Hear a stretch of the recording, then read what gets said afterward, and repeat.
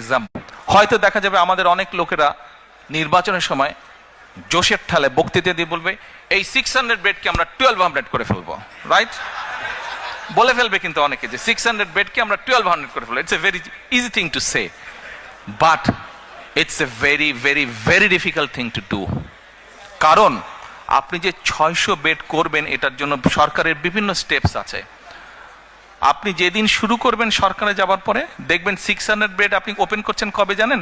যেদিন রিজাইন করবেন তার আগের দিন আপনি ওপেন করছেন। মানে 5 year is gone, 5 year is গন, 5 বছর নাই, শেষ। মানুষ তো আর সার্ভিস পেল না। সো আমরা এখন চিন্তা করছি যে আমাদের বিভিন্ন ডাটা আমরা কালেক্ট করেছি এবং গভর্নমেন্টের যে হেলথ ফ্যাসিলিটি স্ট্রাকচার আছে, অ্যাট দ্য সেম টাইম পাশাপাশি যে প্রাইভেট হেলথ ফ্যাসিলিটি স্ট্রাকচার আছে প্রায় সমান সমান। গভর্নমেন্টের সব বেডগুলো, হসপিটাল বেডগুলোকে এক করলে যত ডাক্তার, বেড, নার্স হয়, প্রাইভেট সেক্টরও মোটামুটি এক। আমরা এখন প্রাইভেট পাবলিক পার্টনারশিপ চালু করতে চাচ্ছি। এখন ইউ ক্যান আস্ক মি যে আচ্ছা ঠিক আছে এটা কি জিনিস? ওকে, আসেন আপনাকে একটা এক্সাম্পল দিই। ওসমানী মেডিকেল কলেজ, ধরেন ওসমানী মেডিকেল কলেজের যে ডায়ালিসিস, এই যে কিডনি রোগীর যে ডায়ালিসিস করতে হয়, এই ডায়ালিসিস যে মেশিন আছে না? আছে তো মেশিন, আচ্ছা। তো এই মেশিন আছে, এই মেশিনের ধরেন ক্যাপাসিটি হচ্ছে, সে এক্সাম্পল, মেশিনের ক্যাপাসিটি হচ্ছে এভরি মান্থে 100 জন মানুষকে সে ডায়ালিসিস করতে পারে। বাট আপনার কিউতে 100 জন না, আপনার কিউতে 500 জন, রাইট?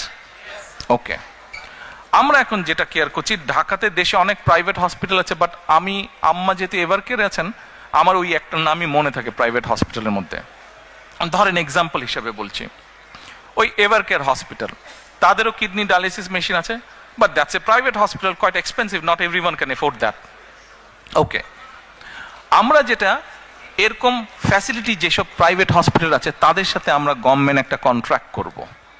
আমরা বলবো যে দেখো, we know what is your costing, তুমি তার উপরে প্রফিট হিসেবে, যেহেতু ইয়োর প্রাইভেট, তুমি 5% 10% প্রফিট নিতে পারো। এখন আমার এই যে ওসমানী মেডিকেল কলেজে 500 কিউব 100 জনকে আমি মাসে দিচ্ছি, বাট আরো 400 বাকি যাচ্ছে। ওই 101 থেকে ওর ধরেন এভার কেয়ার হসপিটালে ওর ধরেন যে ইয়ে মেশিনটা আছে, ডায়ালিসিস মেশিনটা, সেখানে they get only say 25 patients, বাকি 75 তার খালি থাকছে।